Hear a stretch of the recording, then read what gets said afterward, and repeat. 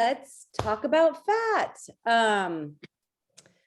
Fat has gotten a really bad rap. I feel like it's just the sound of it sounds scary. But what does fat do in the body? Fat stores energy. So let's say you're lost in the snow, your plane crashes, you're in the snow for, weeks. Fat is where you're going to you can't eat. Fat is where you're going to like muster up the storage until you get food, right? The energy storage. So fat does that. Fat insulates us when it's cold. It also is an absorption helper for vitamins and minerals, like fat soluble vitamins. That means you need to eat a fat with that so that they will actually absorb into your body. They also are hormones are made up of fat. And so if you are on a really low fat diet, chances for long period of time, chances that your hormones are kind of like screwy maybe are probably pretty good or just not optimal. How about that? I didn't really know that until I took this course, this hormones course. And I was like, whoa, that's mind blowing. I had no clue. And also it's satisfying, right? It causes, I can never say this word, satiety. What's it? When you're satisfied, whatever that word is, I can never say it. Satiety. And last but not least, fat tastes delicious.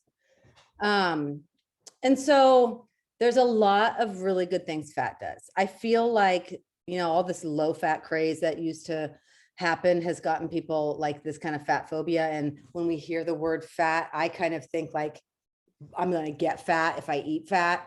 But actually, Christy said this in one of the calls and it blew my mind. It's so simple, but she said, dietary fat and body fat have nothing to do with each other. Calories cause body fat.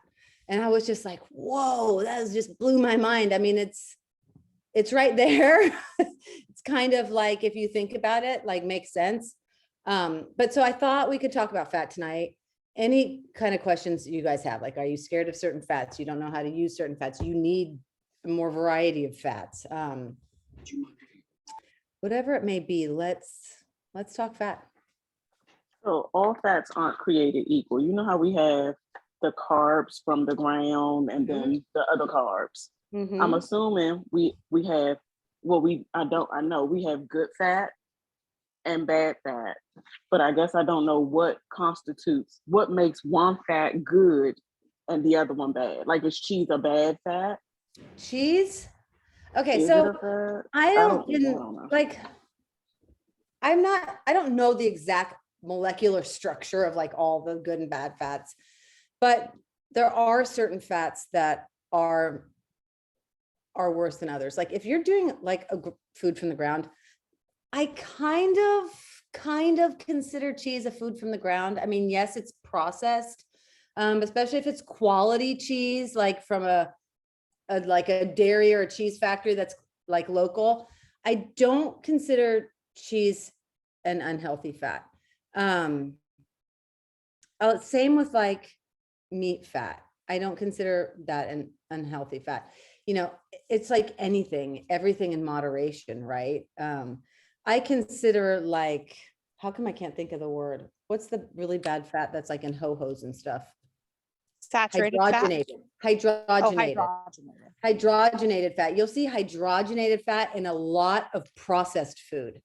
Therefore, the potato chips, okay, they're a potato, but I don't consider that that's not like cheese. Like I don't consider that a carb from the ground. I consider that a highly processed fat food dipped in vats of probably the most disgusting GMO'd cheap fat that a company can get their hands on, right? They're not going to be using high quality fats for this. Does that kind of answer your question at all? She's gone. You want to be careful with cheese out of experience. Do not be eating a lot of cheese and go get your cholesterol checked. No, cheese is like one of those foods that's like an accessory food. You're going to Right. sprinkle some on your tacos. You're going to have like a slice on your sandwich. It's not, like grilled cheese sandwiches are amazing to have, delicious to have once in a while with all that gooey, but like probably if you're eating a grilled cheese sandwich like daily, even probably not a good idea. And it's kind of I goes ate back to cheese. moderation.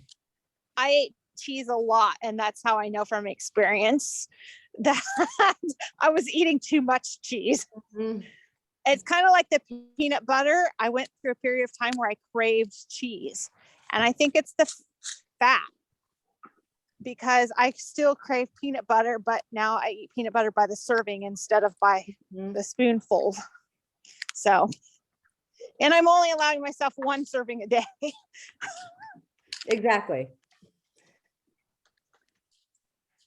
But cheese was just an example. Yeah. Change it from cheese. Avocado. Why is avocado even considered? Is that considered a fat? Guacamole I don't even know. Okay. It is considered a fat. Like when we do the thumb-sized fat, like on a Fitme plate, except for avocado. Like if you do a thumb-sized thing of avocado, it's probably only like 2 grams of fat, maybe tops. And like a tablespoon of olive oil is like, what is it, like 11 or something grams? So like, I would say like a thumb, except for avocado. Like you could eat, I genuinely like a quarter of an avocado. I really even feel like you could have a half of an avocado as your fat source. So avocado, yes, considered a fat. Yes, kind of like we talked about last week. I think we talked about this last week about using MyFitnessPal to log in and like learn about your foods and what a serving size is and what a portion size is, because a serving size is different than a portion, right? Because a serving size is like what's the average gram? What's a serving size gram of protein, let's say? That's actual portion size may be different from meat to egg whites to whatever. And so that's where MyFitnessPal comes in. Does everybody understand the difference between kind of portion size and serving size? Okay, cool.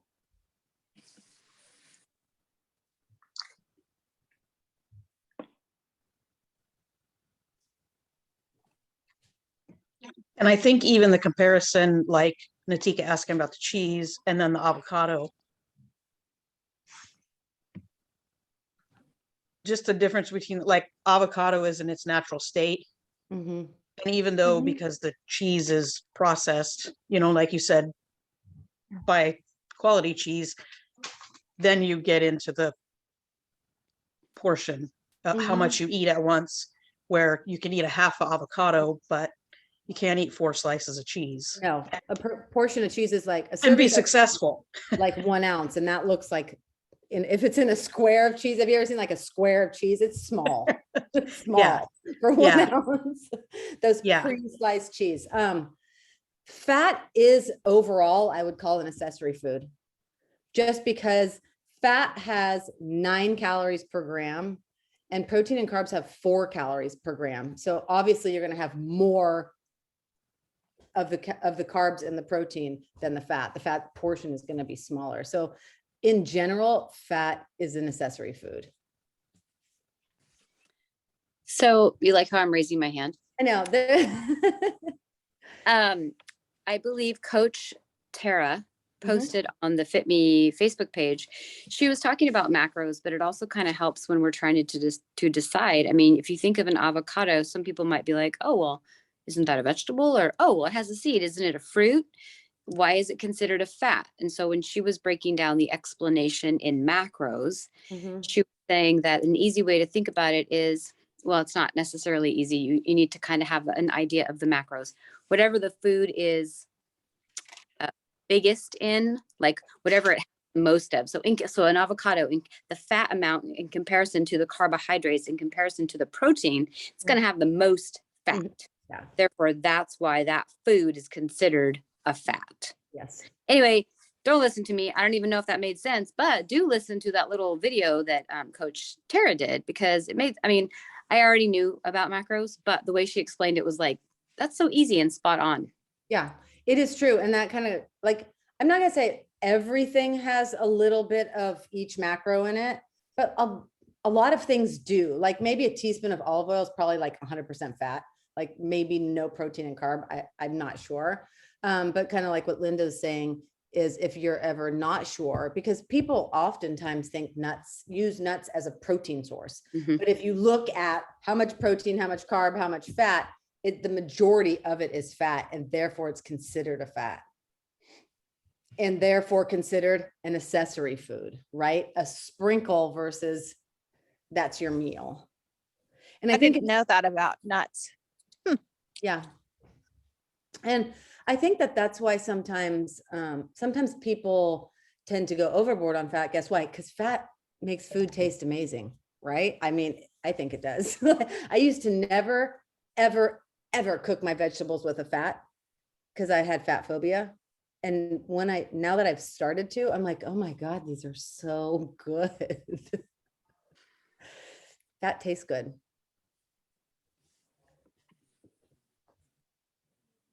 I have to agree with you. Fat tastes good.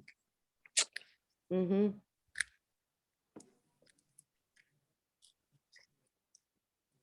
I also think it's necessary. I've eaten meals like after a workout, and because I don't pay attention to I don't know enough about it, even though I should at this point, to say, okay, I have the right carb, I have a fat.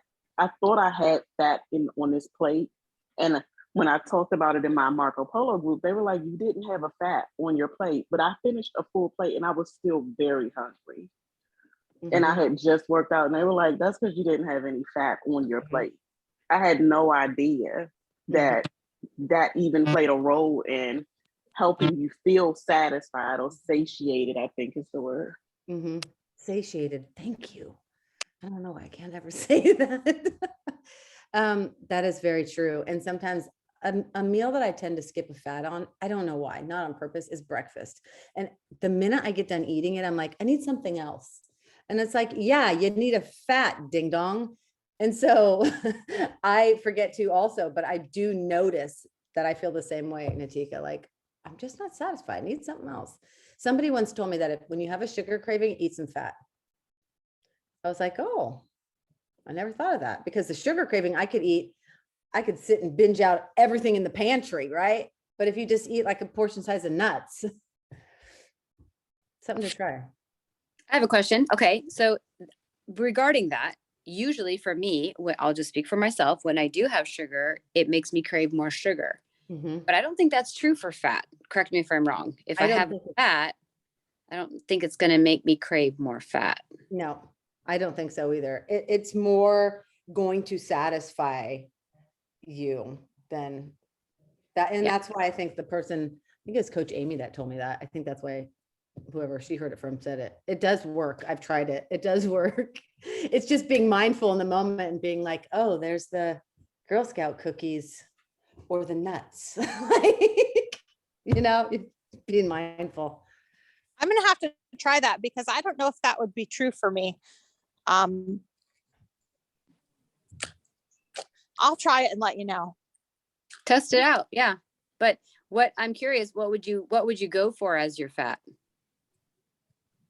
Well, I would have to stay away from cheese, because I don't think I could stop at an ounce of cheese. But I would try some nuts or something and see if that didn't help with the sugar cravings, because I do crave sugar quite a bit, actually. So I think if it were me, I would have the nuts for sure. I've been actually having like a handful every day, because we got these ones at Costco, and they're like not salted and not, what's it called? Help me out. They're dry roasted. They're not oil. Anyway, but yeah, I would have it with like maybe a half an apple or those little cutie oranges or something, instead of just the nuts. Because I think if I ate just the nuts, well, because that would help with the sweet craving too, I think, with an orange or an apple. I think it would feel more balanced in my stomach. I think if I just had a little bit of nuts, I'd want to go back for more and then more and then more, because I wouldn't feel full. So what I have been doing lately is getting Kind bars. They're nuts and chocolate. My husband got the Kirkland brand. I'm not sure I like them as much, but they were cheaper, so he got those.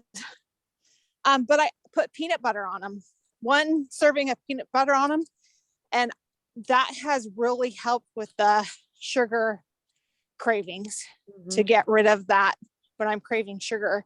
And it's high in calories. It's like 390 calories, but it works pretty well.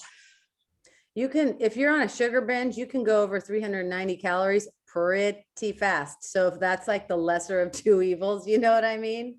Like I can knock back, and I did this not very long ago. Somebody gave us a package of the s'mores Oreo cookies. I mean, not Oreo, Girl Scout cookies. And I don't even really care about Girl Scout cookies, but I had one, and then it was like, I ended up having like 7, and it was, it was like 600 and something calories or more. And I was like, oh, damn. Like, did it do anything to me? Like, no, but it just was like awareness, like, wow, I can really knock back like 700 calories in like 5 minutes. So sometimes having the lesser of 2 evils. Kind of back to what Linda was saying. Small too. Oh yeah, they are. Teeny as hell. they like go down in like 3 seconds. Back to what Linda was saying about having the fat and the carb. If you ever heard Christy say no naked carbs, especially like a fruit, because the fruit's like spikes your insulin and does all the things, but the fat kind of levels it off and then like makes that the sugar from the fruit actually last and not have like a crash. And you can actually like consume it for like good energy and not like boing, boing. Because sometimes when I just eat fruit, I eat it. And then I feel like a half an hour later, I didn't eat anything at all.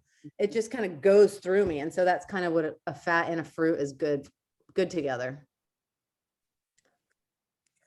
Even a fat and a veggie too. Like bell peppers. I think bell peppers are sweet. So I like to eat raw bell peppers with, a little baby bell cheese, or when I'm doing dairy, or, a handful of nuts. Or I always forget about this one, but celery and peanut butter is really good. Like I always forget about it, but every time I have it, I'm like, damn, that actually is really good. And then raisins. Celery. What's that called? Little ants on a log, or yes, yeah. Like that. Yeah. Bugs on a log. Go ahead. I'm allergic to celery, so that wouldn't work for me. That is so bizarre. Well, I am allergic to birch trees and grass pollen. And so I have an oral allergy to celery. Interesting. So when I eat it, my mouth itches and then I get wheezy. So I have to avoid celery. I have a lot of issues with food: eggs, bananas, celery. There's a few others in the summertime. Oh, oranges. I have to be really careful around allergy season with oranges. So I tend to stick to berries: strawberries, raspberries, blueberries.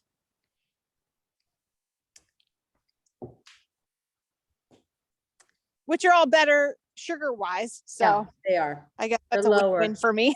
They're lower in sugar.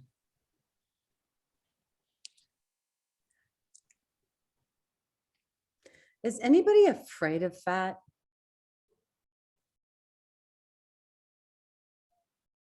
A little bit? When I first started Fitme, I definitely went through the period of eliminating it, because I just definitely associated the fat that I was eating with weight gain. Body fat. So it was definitely the first thing I was like, okay, I can give it that. That and carbs were the first 2 things I was like, I gotta cut those out. Like, I'm gonna cut those out. I'm just eating air from now on. Pretty much. I'm just gonna eat protein and veggies. You want to know what would be helpful?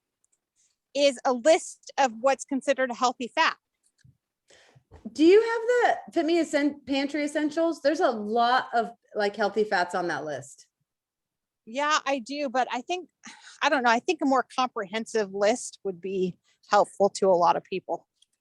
I know I've mentioned this multiple times. I don't think on this call, but I love coconut manna, which is basically coconut butter, but the brand I get is like that Nativa brand, and it's called coconut manna, MANNA, and It is so good. And there's like 9 grams of fat in a tablespoon.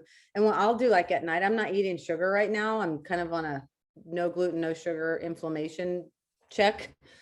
And so I've been having those thin rice cakes. They're square and they're really thin. And I'll put a smear of that coconut milk and a smear of coconut almond butter on it, like just raw, plain. And it's so good. And then it satisfies me. Like I don't have, because like I think Linda said this one time, like it's probably not so much that we're craving sugar at night, but it's more of a habit that we're just like in this habit of like having a treat, sugar after dinner. And so that kind of like I can have 2 of those and just be like done. And I think it's just the combination of the fats. It's probably just the fats. The carb is just the crunch and the yummy part of it. That does sound yummy because I love coconut. Most everything coconut. So It is I might really have to good. try that.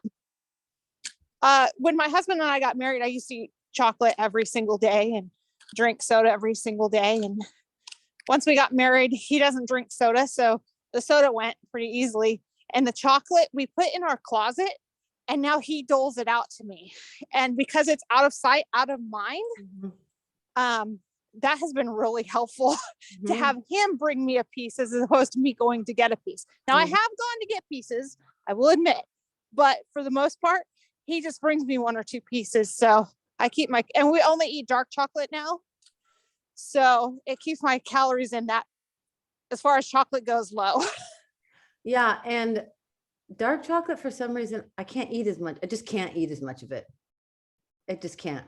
Milk chocolate is, even if it's made from a, really nice place, it just tends to kind of be a cheaper chocolate and it's a sweeter chocolate. So it gets that sweet thing going. Yeah, dark chocolate has that kind of bitter. It's kind of oily. You can I think it you can feel it in it too. Yeah. Sorry for the dog. Yeah, if dark chocolate, hey, I've been like on 3 Zoom calls in a row. So she's like, me? If dark chocolate were the only thing in my house, I would not have a problem. Hey, I would not have a problem binging at all. Yeah. Because it'd be more like a supplement, like if you're going to have chocolate, chocolate's better for you kind of a thing. So I probably could have just 1 piece of something. Me too.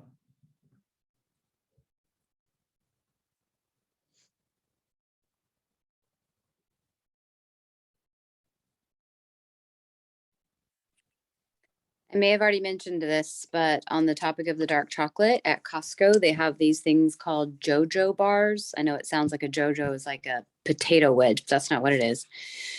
Or you can get them on Amazon. They are dark chocolate, so they have they have lower sugar, and they're made with cocoa butter, so I can eat them. They have no dairy. And sometimes, I mean, it depends. I'll snap it in half. I can eat half with like a cup of tea or hot water or whatever. And they have a little bit of nuts on top, some craisins, and a few pistachios, but like a sprinkling, like an accessory, like you were saying. It's really yummy. I mean, you could eat the whole thing, but I always try to okay, just have it as a small treat. But anyway, that's a yummy, delicious. I feel like it's kind of not necessarily good for you, but like whole foodie. Yeah. And that's a kind of when things are quality, they're made out of quality fat, quality chocolate, quality sugar, whatever the hell that is. But they're way more satisfying than even hydrogenated fats. And I mean, let's just think about all the candy bars. Look at the candy section. You're looking at the candy section at Target or something. They've got all the things, right? That is all cheap hydrogenated fat, the cheapest sugars, the cheapest chocolate, the cheapest everything. And it makes us want to have more. They spend money on figuring out how can this be good enough to want to eat, but not satisfying, right? And so splurging on the quality things that have the quality, especially the quality fats, because I really think that's important, because we're putting these fats into our body, and that is what our hormones are made of. Fat plays a huge role on regulating, giving hormonal signals, all the things, in keeping us like not kookadook, right? And keeping us like normal. That thinking about putting the quality fats in there to help with that versus like the shitty fats is a big deal. It's a big deal. So like, what about like Greek yogurt? Like if we have Greek yogurt as a snack, is that like a fat? Like, I mean, if you have the full fat. Yeah, I would say so. Like some foods are combo foods. Like it depends on what kind of Greek yogurt. Like if you're talking about plain Greek yogurt, that's going to have a lower carb, but that's going to have a high protein and a higher fat if you're doing the whole fat. So I would consider that like a combo food. Okay. And then adding some fruit, berries, or, some quality carb to go with it. Yeah, I would totally consider that a fat. And that has anybody ever said to you like, oh, I only buy the full fat dairy? Has anybody ever heard that? Anybody said that to you? Because the non-fat dairy is like, if you read the ingredients, it's like chemicals. It's chemical central. And so remembering, going back to that thing, that body fat and dietary fat have nothing to do with each other. And that's why people buy non-fat yogurt. I mean, I can't say for everybody, but I'm pretty damn sure that people are buying non-fat yogurt, non-fat milk, non-fat cottage cheese, non-fat, because they don't want to get fat. In reality, it has nothing to do with that. So not letting fat scare you in that terms, because when I was growing up, I'm 43 years old, CrossFit, paleo, and all this shit was like, what is that? Who knows? Right. And so I grew up in like the non-fat. And so my dad had high cholesterol. We had egg beaters. We never ate real eggs anymore. I grew up on skim milk. I still hate full fat milk to this day. And so I was in like the no fat land. And so literally it's only been a few years, like a handful of years, that I'm like, oh, fat. I'm the opposite of Natika with carbs, with fat. And I think the big thing with yogurt is, like you said, if you're getting the plain, because we all know if they're going to flavor it, it's going to have sugar and carb and the not good carb. Yeah. And it's hard. I should avoid dairy person, but when I get yogurt, I have to not force myself, but I have to remind myself, get plain yogurt. I'm never going to eat just a spoonful of plain yogurt. Me neither. But it's better to, but it's the fruit and the, kind of like the thing of it's a little bit of cheese on your taco kind of a thing, a sprinkling of granola to give it something. I will usually the crunch. Do a little sprinkle of, I use stevia. So I'll just do a little bit of powdered stevia just to give it a little bit of sweet. Get the bite out of there. Yeah. The bite. I think that's better to like add honey, or people like maple syrup, or even a little bit of stevia. I feel like that's way better than doing the chemical version, or just the added sugar. Some yogurts are really high in sugar. Yeah. Really high. I'm actually going to get for my friend tomorrow a bottle of, I don't know what you call it, homegrown honey. Like they do bees and yeah. Yum. Yeah, 100%.